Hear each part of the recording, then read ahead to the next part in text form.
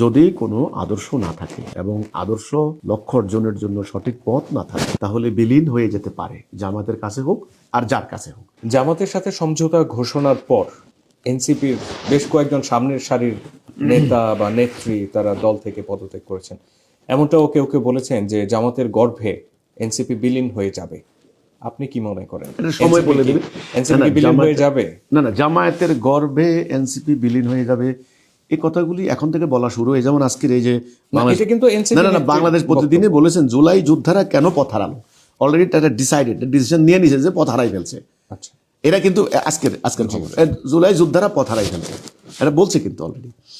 তো আপনি বলছেন যে জামায়াতের সাথে জোট করাতে তারা জামায়াতের গর্ভে বিলীন হয়ে যাচ্ছে, এই যে কথাটা, এটা এখনই কি বলার সময় হয়েছে? আমি মনে করি আগামী দিন যত একদিন যাবে ব্যাপারটা আরো পরিষ্কার হয়ে যাবে যে আসলেই তারা জামায়াতের গর্ভে বিলীন হয়ে যাচ্ছে কিনা, জামায়াতের সাথে তারা একেবারে নিজেদেরকে একাকার করে দিল কিনা, নাকি শুধুমাত্র একটা সমঝোতা, একটা নির্বাচনী জোট, কয়েকটি আসন জিতার জন্য একটা একটা নির্বাচনী সমঝোতা বলা চলে এটা। তবে আমি এখানে একটা কথা বলতে চাই, যদি কোনো সঠিক আদর্শ না থাকে, আদর্শ কিন্তু মোস্ট ইম্পর্টেন্ট আইডিওলজি, যেটার উপরে আমি দাঁড়িয়ে থাকব, এটা যদি কোনো আদর্শ না থাকে এবং আদর্শ লক্ষ্য অর্জনের জন্য সঠিক পথ না থাকে তাহলে বিলীন হয়ে যেতে পারে, জামাতের কাছে হোক আর যার কাছে হোক। কারণ এই ধরনের অতীতের বহুত অর্গানাইজেশন কিন্তু বিলীন হয়ে গেছে,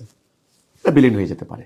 জামায়াতের গর্বেই যে বিলীন হবে তা না, অন্যভাবেই প্রাকৃতিকগতভাবে বিলীন হতে হবে যদি আদর্শ ঠিকমতো না থাকে। ওনারা যে নয়া বন্দোবস্তের কথা বারবার জাতিকে শুনিয়েছেন, নতুন ব্যবস্থা প্রতিষ্ঠার কথা শুনিয়েছেন, সেটার সঠিক রূপরেখাটা যদি দিতে না পারে তাহলে এটা সময়ের কষাঘাতে এমনিতে বিলীন হয়ে যাবে।